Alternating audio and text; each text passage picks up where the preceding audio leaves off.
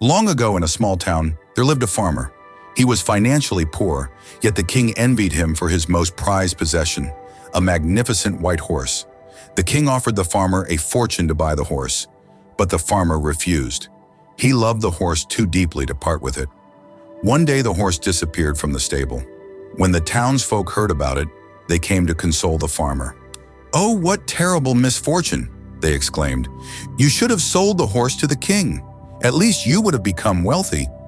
The farmer, calm and composed, replied, "My friends, don't be so quick to draw conclusions. All we can say is that the horse is no longer in the stable. That is the fact. Who knows? Perhaps this is part of a greater plan by God, meant for good." A week later, the horse returned. It hadn't been stolen or lost. It had wandered into the forest of its own accord and come back, bringing with it 2 wild horses. When the townsfolk heard the news, they returned to the farmer, exclaiming, "How fortunate you are! Not only did your horse return, but it brought 2 more horses with it." The farmer, still serene, responded, "My friends, there's no need to call me lucky. Just say that my horse has returned with 2 wild horses. That's the fact." Soon after, the farmer's only son began training the wild horses. One day, while riding one of them, he fell and broke his leg. The townsfolk came to the farmer once more, lamenting his son's misfortune. The farmer said with his usual calmness, "My friends, there is no misfortune here.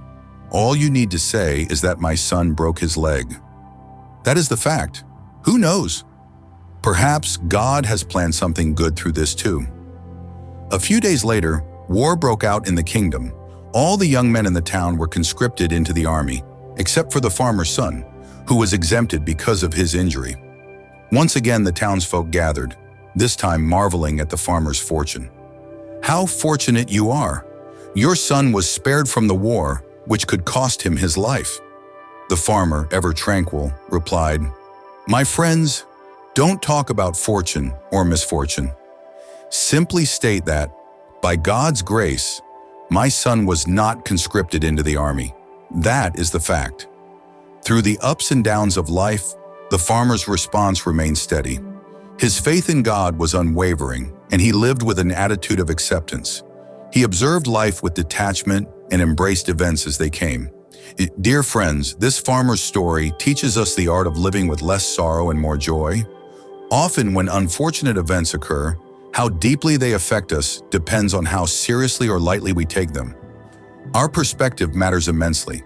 If life unfolds according to our wishes, it's a blessing. And if it doesn't, we must trust that it is happening according to God's will.